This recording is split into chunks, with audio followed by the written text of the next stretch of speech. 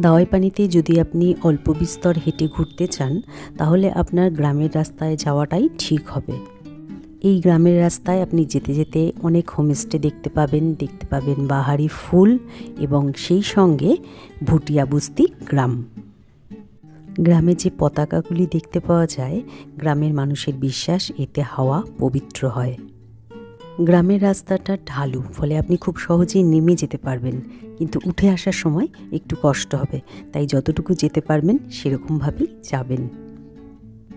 পাহাড়, খাদ, কাঞ্চনজঙ্ঘা, বাহারি ফুল সমস্ত কিছু আপনার চলার পথে আপনাকে সঙ্গ দেবে।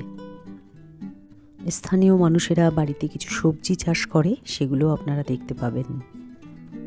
গ্রামের ঢালু রাস্তা অনেক দূর চলে গেছে, আমরা খুব বেশি দূর যেতে পারিনি, তবে যতটুকু গিয়েছিলাম খুব ভালো লেগেছিল। চললাম আরেকটি গন্তব্যে।